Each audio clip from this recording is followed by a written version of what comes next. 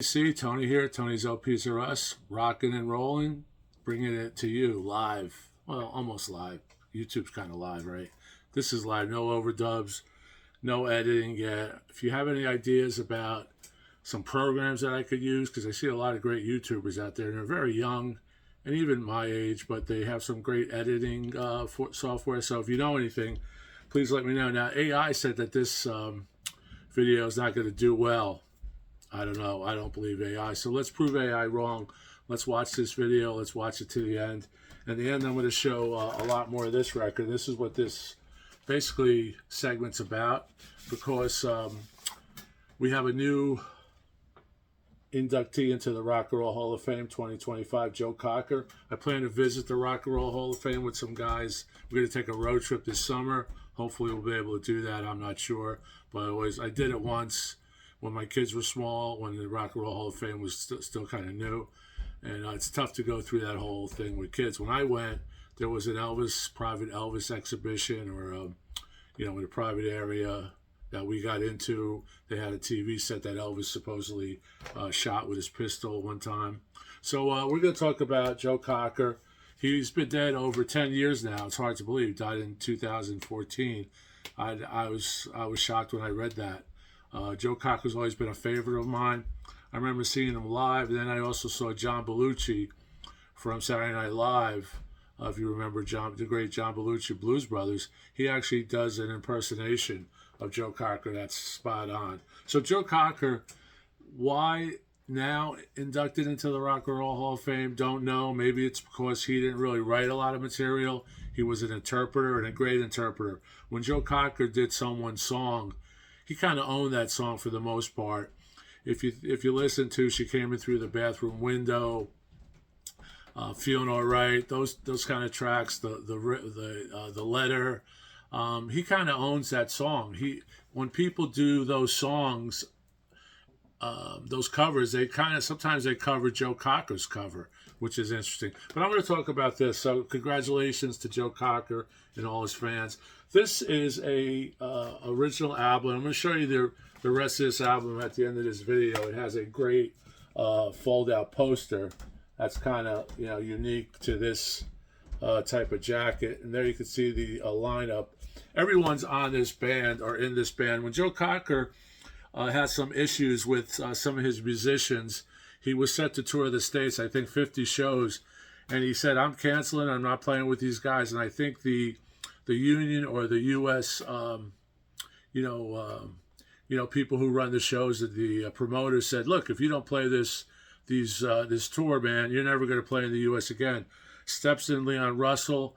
Leon Russell said, "I'll take care of it. I'll call up my friends." With a few phone calls, he got a whole band together. This is a fantastic band. I love the sound of this record. Joe Cocker, Mad Dogs, and Englishmen. It has a Delaney and Bonnie loose feel to it. It has a Derek and the Dominoes loose feel to it.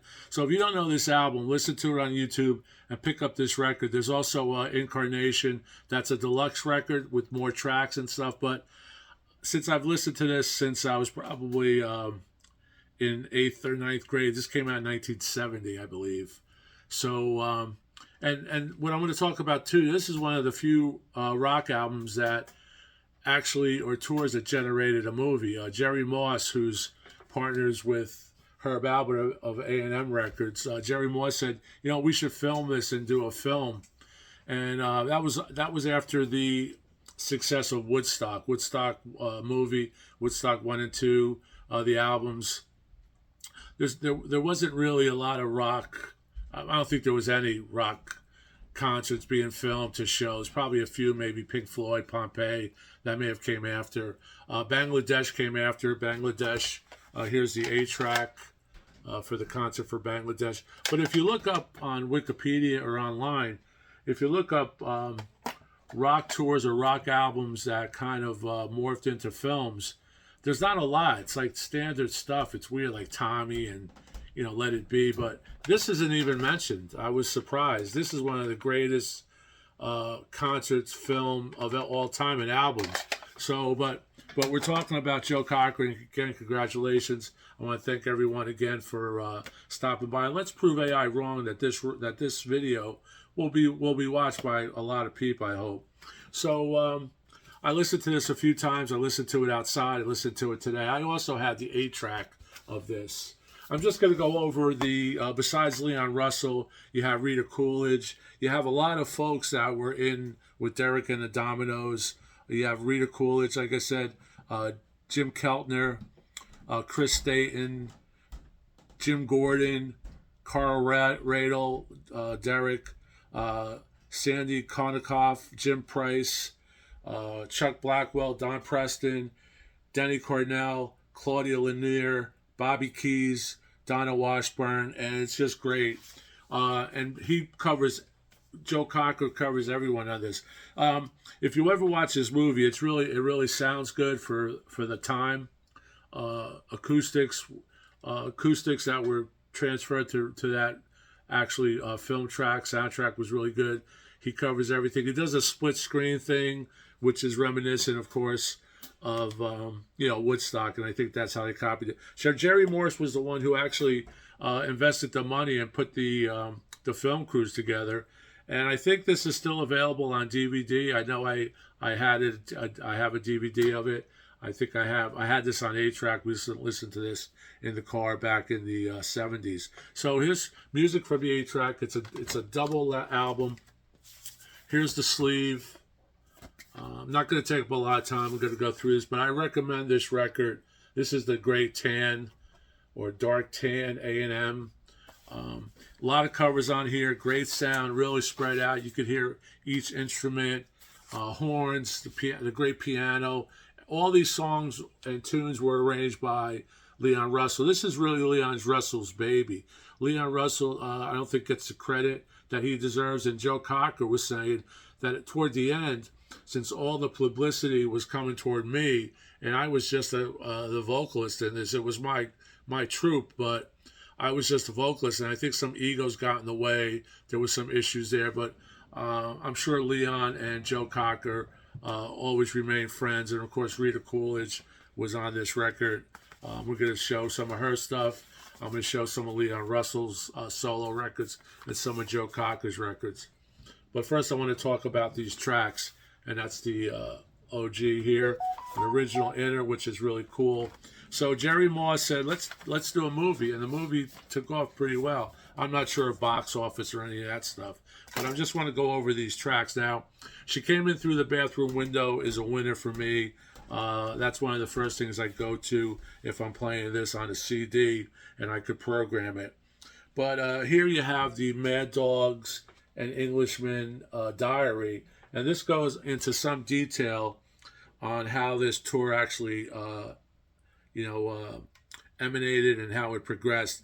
And these are troops. Back in those days, you had troops, and what I mean by that, like touring bands like Delaney and Bonnie, Ike and Tina Turner stuff, the Stax reviews with Otis Redding and that type of thing, James Brown. They had big horn sections, big bands that were so cool, very loose. When you hear this record, it's loose. This record sounds fresh today. It's from 1970, so you figure it out, but it sounds fresh today. So track-wise, you have Honky Tonk Woman, which is great, although there could have been more cowbell in Honky Tonk Women.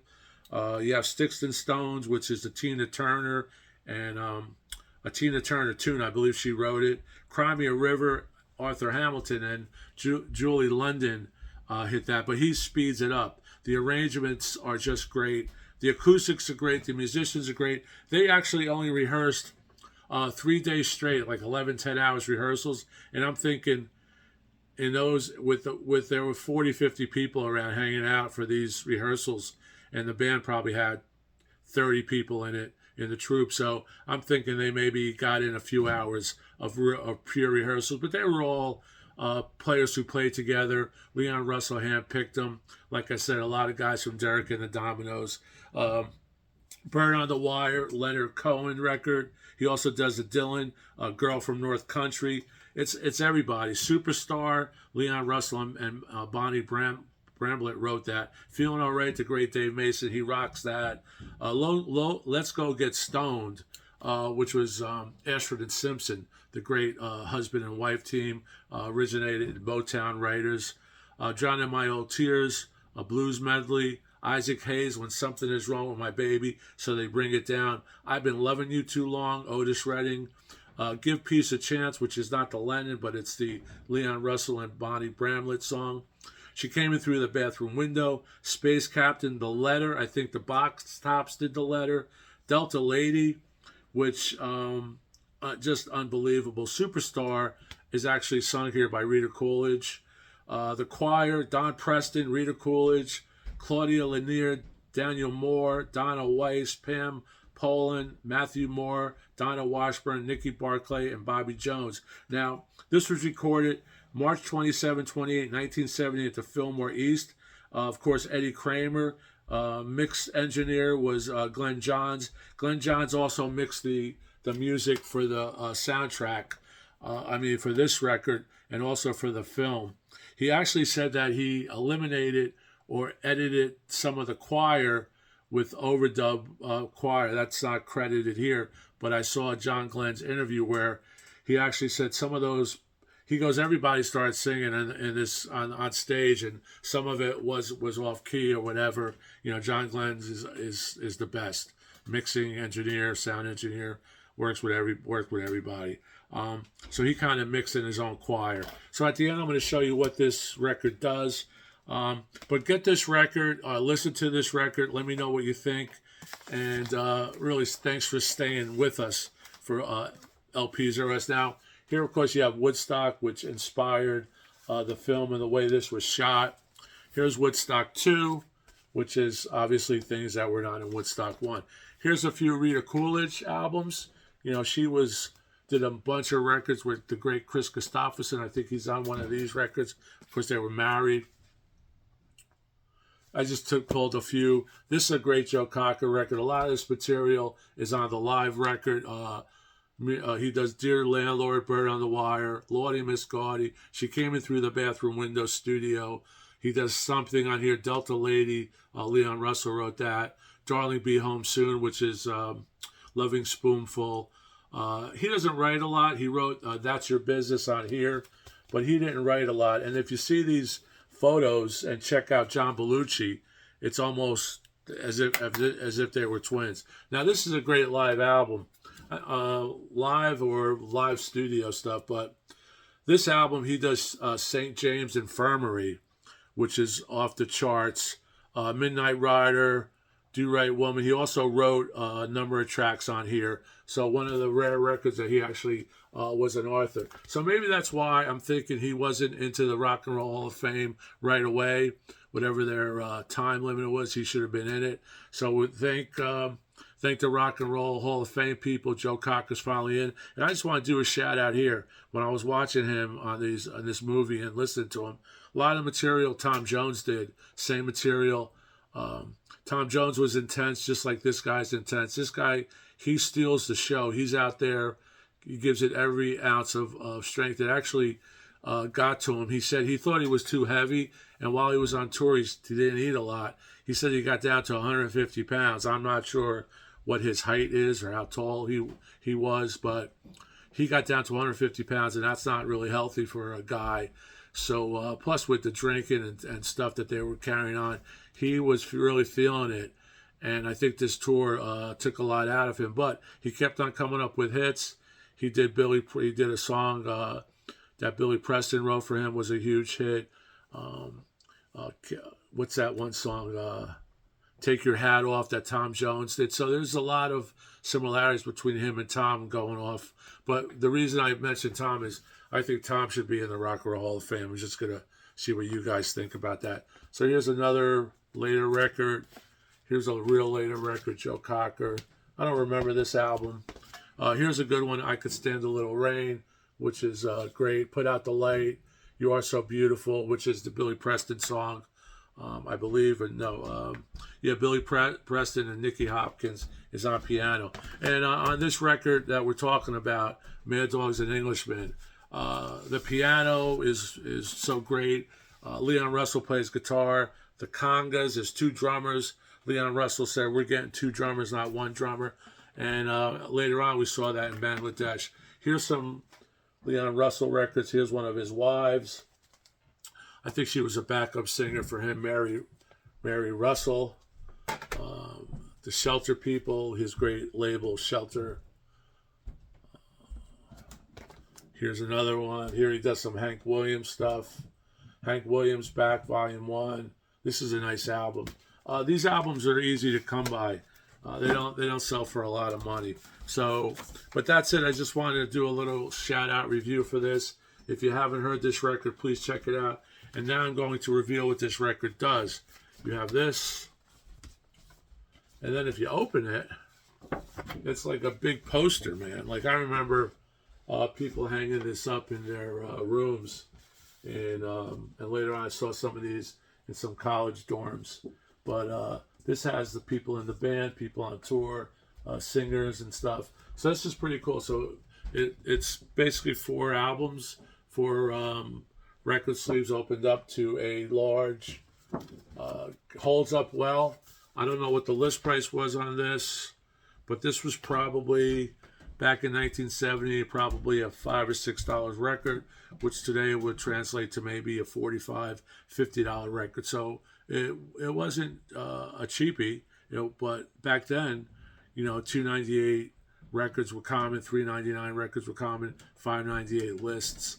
But this is it. There's also a expanded version of this, but I'm not really into those expanded versions. I don't really listen to everything. I'm kind of into what I've heard growing up. So keep rocking. Thanks a lot. Please remember to like and subscribe. And if you know of any software that's easy to figure out to do editing for these videos, drop me a line. And drop me a line or a comment if you know about this record. So thanks a lot. And one of the best live movie soundtracks from a movie that wasn't meant to be a movie. It was meant to be a movie after the tour. It wasn't like they said, we're going to film this for a tour. It was kind of as the tour was happening, I believe. And it turned out really well. But great record, great performances by the whole band, very loose. Like I said, reminds me of Delaney and Bonnie and things like that. Originally, I was going to pull out some Delaney and Bonnies, but they're not here. But you all know Delaney and Bonnie Harrison, Delaney and Bonnie and Friends, all that good stuff, Clapton. So check those guys out. It kind of has that loose feel to it. Thanks a lot. Keep rocking. See you later. Ciao.